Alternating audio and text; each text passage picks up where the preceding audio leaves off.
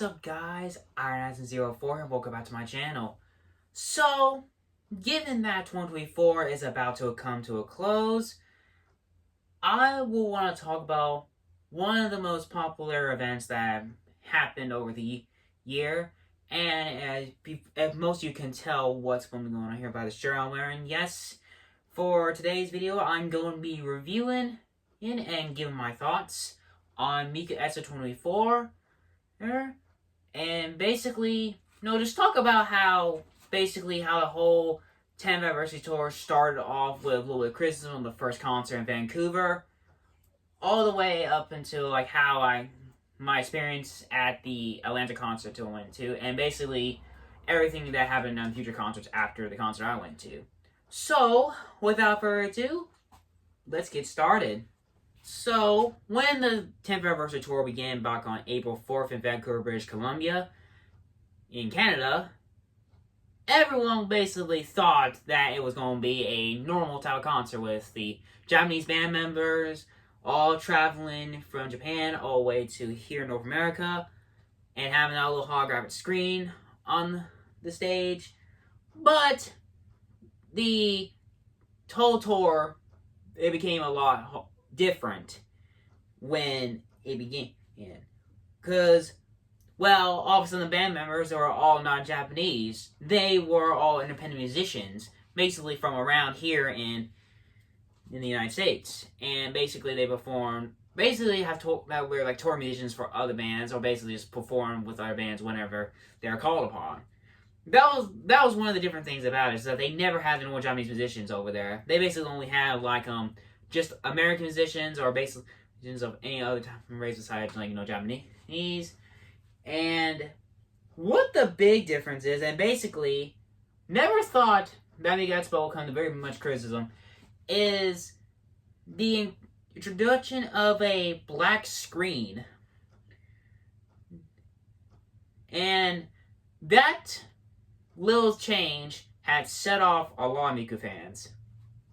Yes, when the Vancouver concert began, the whole stage was different, though. It had basically little time-on type of lighting, of course. Basically had a little something that, how you see like lyrics and stuff like that. All of the special things that basically revolves around the song. But what's different about it is that little black screen. It never has. It was never the holographic glass that they always use, where you basically would see all of these light sticks right here. No, it was not that. It was 100% all black, and it was very, very confusing, to be precise. And when the whole thing started, Miku concerts are Miku concerts. Everyone was very excited, though, but when the whole black screen came into effect, it was basically what set off a whole lot of angry Miku fans, to the point where they immediately wanted to refund their tickets back. They didn't want to attend the concert at all because they wanted a holographic screen, and I cannot blame them. And honestly, though, everyone else still wanted to go, though, because it was like their first Miku concert, or basically they just wanted to see Miku again. I cannot blame them if they did not want to go, though. It's honestly their opinions when it came to that little change. And honestly, though, it's kind of a little frustrating. And basically, the whole tour, not only here in North America, but then Europe, and the recently came to an end, and New Zealand, Australia tour had the black screen during the whole thing. And it led Miku fans wondering, will this thing honestly be the future thing from now on? To me, I don't think it is. Now, as the video says, these are my thoughts about it. So what are my thoughts on the black screen? Well, I honestly was kind of disappointed when they introduced this black screen, though, because basically, as I saw past Miku concerts, they always had the holographic ones with the glass and all that stuff, but the black screen, yeah, I don't understand. I quite understand why they did. I cannot quite understand why they did that, though, especially since a Crimson Future Media staff member responded to the criticism, but basically that was going to be like the whole tour, and basically they were like, and everyone, family fans, like, oh gosh, this is not how the whole tour is going to end out. It's going to be like that for the future. to me, I don't think it's not going to be the future. I was kind of disappointed when they introduced the black screen, but hey, when I attended my first Miku concert, I did not care about the black screen at all. This was my first concert. I was not going to let a little black screen ruin my experience, and which I'm going to get on to,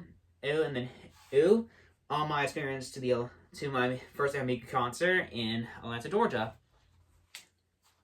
So I don't know if any of you saw on my Instagram stories on April 29th, which is the day that I attended the Atlanta concert earlier this year. I basically just simply woke up. I woke up a little early though, because, given that the concert's like 2 hours away from where I currently live right now, I honestly wanted to get everything ready. I had to get my hair done. I had to get out all these clothes and basically get out my old clothes and put on stuff like my shirt, have my glow sticks ready, basically have my whole backpack ready to get ready to head out though, because it's gonna be a little bit of a long drive, because 2 hours, like I said, 2 hours is a very long drive from here to Atlanta, Georgia. And basically, my dad took me though, because I still, at the time, I did not have my license though, and I was not going to be fit to actually drive on the interstate. My dad took me though. He got me tickets earlier this year, and honestly was very excited to go, of course. Me and Dad, I would basically just, take a little bit of a drive in the car, and we went out to eat at McDonald's, which, of course, my favorite fast food place. Went out to eat to get us a little meal before we head to the venue. It was a few hours before the doors actually open. So basically, I went to a special meetup from the Miku Expo 24 North America Facebook group, which basically that's now just archived now on Facebook. So basically, you cannot really join that thing no more. I basically just attended the whole. There was a little bit of a fan meetup before the whole concert began at a Dairy Queen not far from the Gateway Center Arena, which is the venue for Miku Expo in Atlanta, Georgia. And not much of a big venue though. It holds like 5,000 people in there. It's mostly a basketball arena, which basically hosts a WNBA basketball team. And had a fun time, at Dairy Queen, chatting with a couple of fellow Miku fans, though, basically getting our thoughts on, basically the whole criticism, basically what the thought of the song, what songs we're hoping to actually hear from the whole thing, and basically it was a very fun time, though.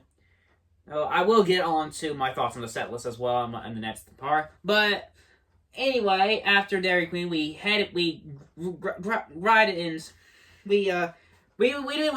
Dad did not really want to walk back to the whole venue, so a couple of fellow Miku fans gave us a ride in their car, ready to drive to the venue, and I waited in line to get some extra merchandise. I had these pre-ordered, and I wanted to get a little bit more, like a little something like a I don't know, like a little shoulder bag or something like that. But I did not really get that though, because most of it was sold out, and I basically just basically got two things, like a little shoulder bag and a wristband, and honestly, they were very good though. I waited in the line, and I was very confused, on which line it was. Because there was two lines. There was a VIP line and a GA line. The GA line was, right on... It was very big. It was, very... on the... In my perspective, when I saw the Gateway Center Arena, it was on the left side. The right side, on the side of the building, was the VIP line. And me and Dad got very confused, though. We didn't know which line. So, basically... I waited until the doors actually started open for the GA line. I kept up to date on all the Krypton Future Media's social media on when doors were opening, and basically it was time for the GA line to open. Crazy about it is it started raining on us, and my happy jacket was soaked, and I did not really like that experience. I had to go through a very rough security check, with all the metal stuff and all. That get normal security check when you head into an arena, and basically, but as soon as I got in, I was like, finally, I didn't want to get out in that dang rain. Stay out in that dang rain, because it was a rough time. And after that, of course, like I said, it was a very fun experience. Though me and Dad got to our seats. I was sitting on the if you first enter, you'll see at the though, of course. I was on, like, the left side of the venue, which I'll probably show a photo right here. That is where I was sitting. And it was a really great view, though. I honestly wish that I had gotten a little closer, though, but me and Dad cannot really get much of the money to get the tickets, though, because they were selling out fast when they first went on sale. So hopefully the next time I go, I'll probably be a little bit closer. That is all I'm hoping for, though. And basically, like I said, waited a little bit of a while for the whole thing to start, though, because it started like around 8 p.m. around my area, though, and yeah, whole thing went to last, and I had fun with my little glow sticks right there. There's about a little singing to most of the songs, though, and basically it was a fun time. Yeah, it was a great show. I honestly loved it, and honestly, it's a very great experience, though. And if you're a big fan, you want to go to the concert, Miku Expo is basically the only thing you can go to right now, but I do hope to go to like Magical Mirror, which is like the big deal, of course, as I mentioned before in my Otaku Talk video on Hatsune Miku, which I'll put in the link description below, on how I got into the virtual diva herself. And yeah, well, and of course if you want to go, Miku Expo basically is the place you need to go, though.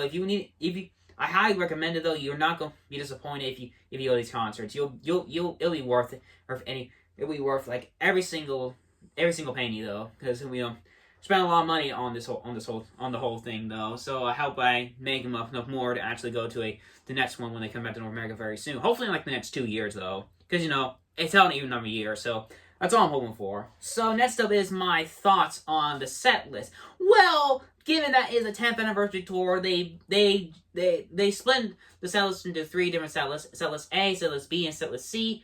We basically got set list A, and it was very good, though. It includes some songs that basically I'm not really familiar with, though. Like most of them are like some I'm not really known, though. Some were basically theme songs from previous Miku Expo show, as well as song contest songs. And well, when you think, and of course they also put some classics on there like "World Is Mine," "Tell Your World," all of those, as well as some new stuff, as well as Hype Reality Show. They played the Intergalactic Band, which was a theme song for the 10th anniversary tour, and a very great song to dance to, and ended off with highlights. And honestly, it was the set list was okay, which I'll give it around I think an 8 out of 10. Though I really wish they could have added something more. Basically, I honestly want Hand in Hand to play because it's my favorite. It's one of my all-time favorite Vocaloid songs. Though it's very popular. I honestly hope that gets played at a Miku Expo show very soon. I do not know when, but only time will tell. So yeah, that's all my thoughts on the set list during that tour. So yeah, basically after my concert's over, the whole tour continued on like it always does. And after the North American tour was over, then began the Europe tour. Basically, it was the same thing with a black screen, though. And of course, Miku fans still argue about that. But all of them still had a fun time, as well as the New Zealand and Oceania and Australia tour. Well, Oceania tour, if you would like to say it. But yeah, the Perth show just immediately ended, though, which means that Miku Expo 2024 is officially over, because there's not any new concerts announced for this year. So basically, I honestly think that the whole year actually was great, though. It honestly was a very awesome experience for all Miku fans to go, of course, and I honestly cannot wait to see what Miku Expo is going to do for next year in 2025. Given that in 2025 it's probably somewhere around Asia or basically some other cities they probably have not been to yet. But I honestly cannot wait to see what Miku Expo does next, and of course, great 10th anniversary celebration, though, and here's many more years to come very soon. Well, that's just whenever it can be. So, yeah, it was a very great experience, though. I honestly loved it. My first Miku concert was a big success, though. I honestly hope that the next Miku concert is going to be even better than the first one I went to.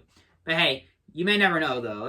You just gotta keep an eye on all their socials for any news on upcoming concerts. Just gotta keep your eye on them. Simple as that.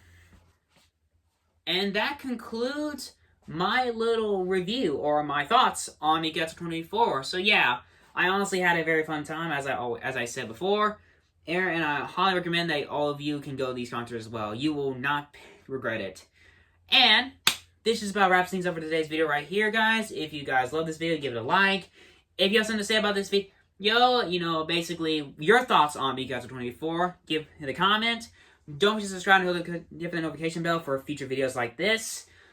And I hope you guys have a great day, great evening, wherever your time zone may be. As always, I'm Iraxon04 and saying, stay awesome. And as always, peace out.